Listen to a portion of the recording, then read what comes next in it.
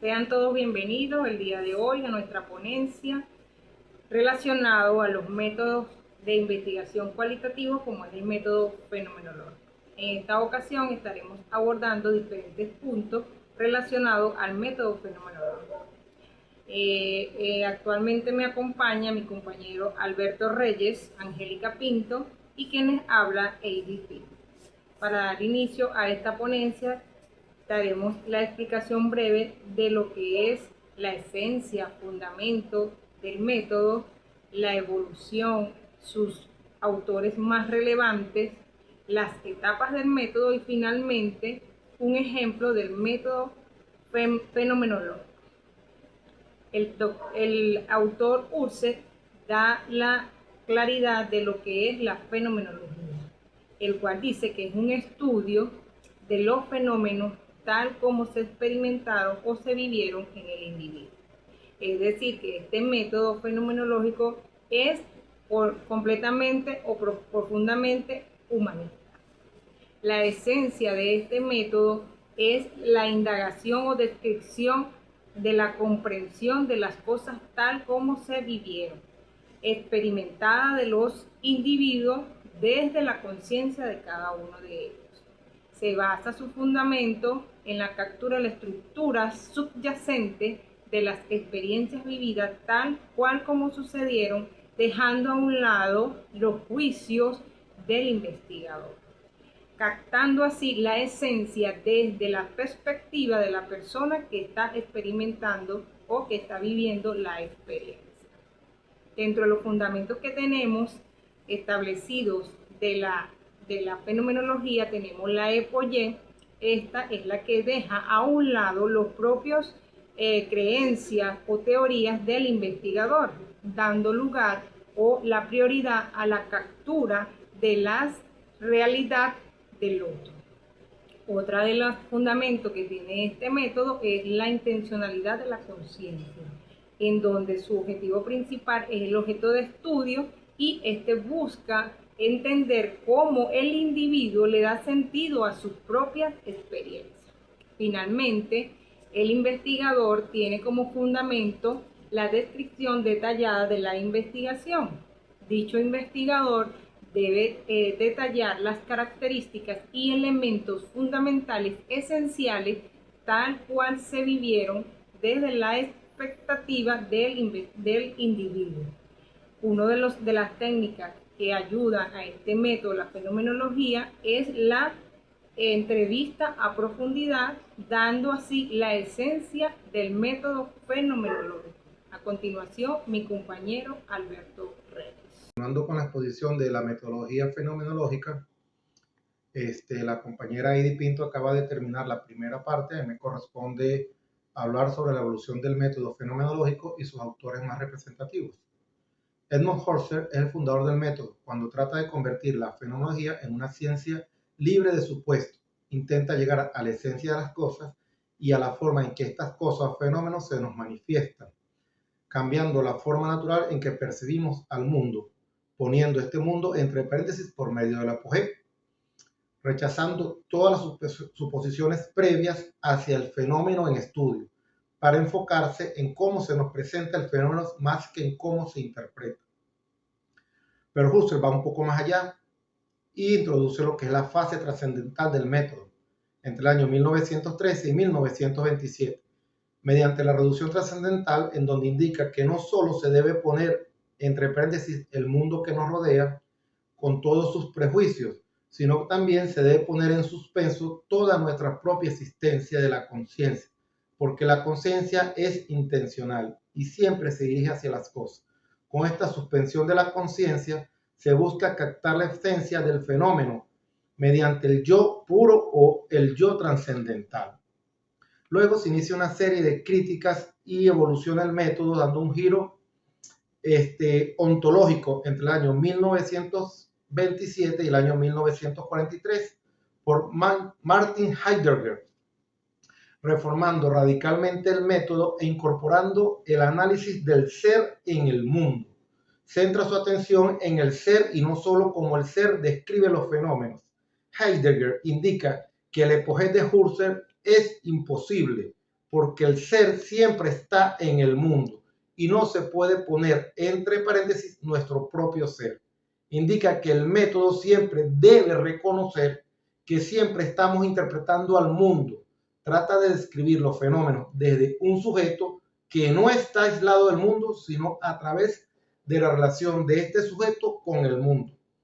En 1943, Maurice Merleau-Ponty le da un giro corporal al método, incorporando el cuerpo sujeto, donde detalla que el hombre está formado por dos realidades distintas, que es el sujeto, que es la conciencia, el ser, y el cuerpo materia, ¿verdad? Este cuerpo materia es el que está en contacto con el mundo, es el centro de la experiencia fenomenológica y no una conciencia abstracta.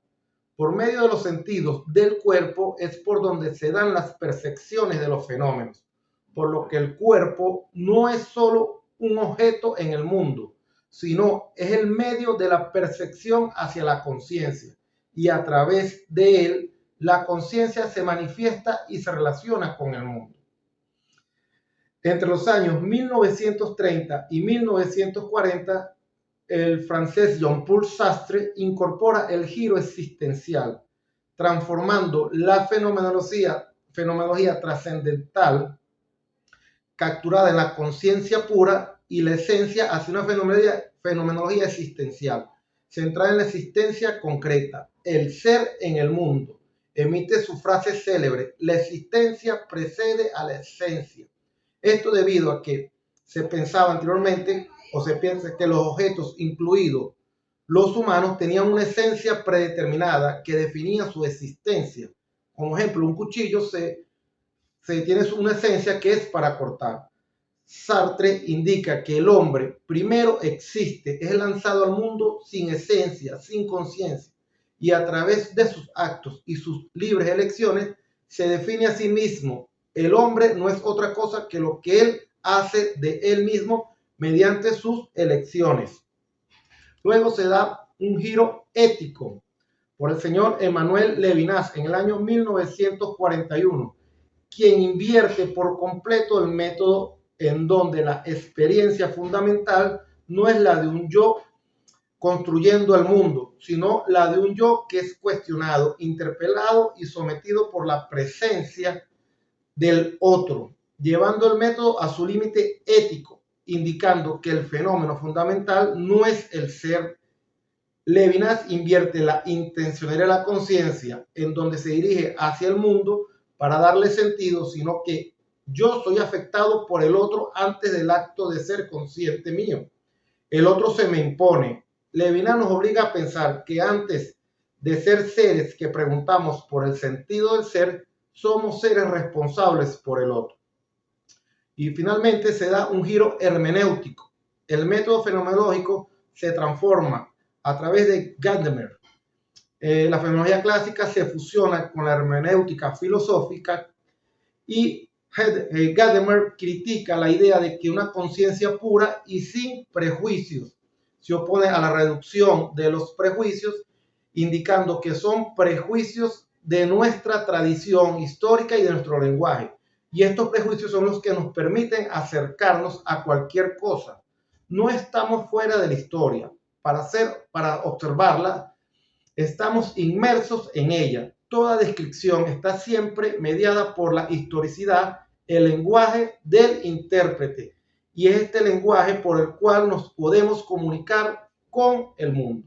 La hermenéutica lo que trata de decir es que podemos estudiar el caso o el fenómeno con prejuicio, y es mediante esta hermenéutica que vamos a validar o a descartar estos prejuicios previos. Bueno, lo dejo con mi compañera Angélica, que va a continuar con la exposición. En esta oportunidad estaremos abordando lo que serían las fases del método fenomenológico. Como primera fase nos encontramos con la preparación. En esta etapa el investigador va a determinar cuáles serían esas hipótesis a partir de las cuales va a iniciar esa investigación, ¿sí? Como segunda etapa nos encontramos con lo que sería la reducción o la epogenia. Colocar entre paréntesis todo lo que serían preconceptos, prejuicios existentes o preexistentes con relación a lo que es el fenómeno de investigación, ¿sí? Con el propósito de ¿qué? De acercarse a la esencia de ese fenómeno.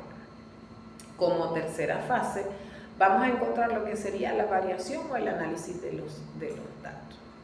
¿Qué sucede en esta fase? El investigador va a pasar del hecho concreto a la esencia, es decir, lo que permanece invariable, ¿sí?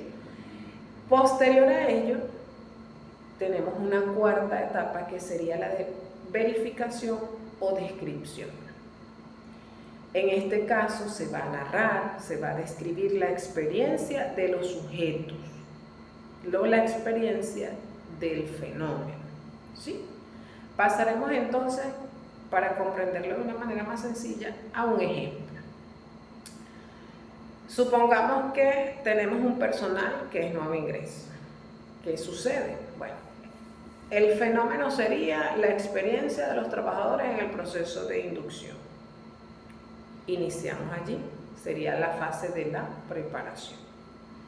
En la fase de la apogeo o la reducción, como dijimos al principio, vamos a suspender todos esos preconceptos existentes, ¿verdad?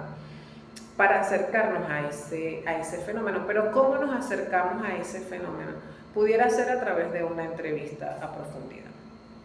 ¿Qué le pudiéramos preguntar a esos trabajadores? Bueno, ¿qué sentiste durante esta semana? ¿Qué te pareció difícil? ¿Qué va a suceder?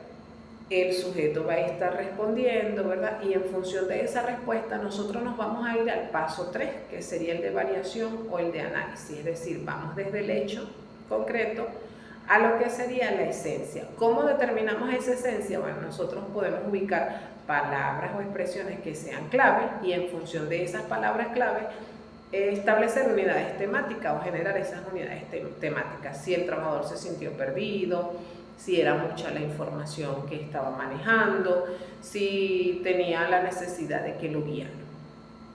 Una vez que se determine eso, entonces, bueno, las unidades temáticas es sobrecarga de información, se requiere acompañamiento, inclusive si a él le pareció agradable estar compartiendo con sus nuevos compañeros, ¿verdad? Y por último, ¿verdad? Pasaríamos entonces a lo que sería la verificación o la descripción. En esta etapa, el investigador va a narrar tal cual la respuesta del sujeto que se entrevistó, ¿verdad? Y posterior a eso se la va a mostrar al trabajador para que verifique si esa narración se corresponde realmente con el fenómeno o lo que él está viviendo, la experiencia que está viviendo.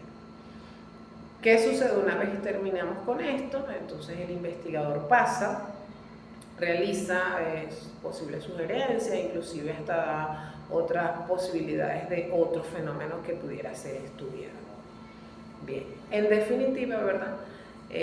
Como ya lo han indicado nuestros compañeros anteriores, la fenomenología busca acercarse realmente a la esencia de un fenómeno, busca acercarse a la experiencia vivida de un fenómeno. Entonces, agradeciendo la oportunidad de presentarle este tema el día de hoy, se despide, bueno, hasta una próxima oportunidad.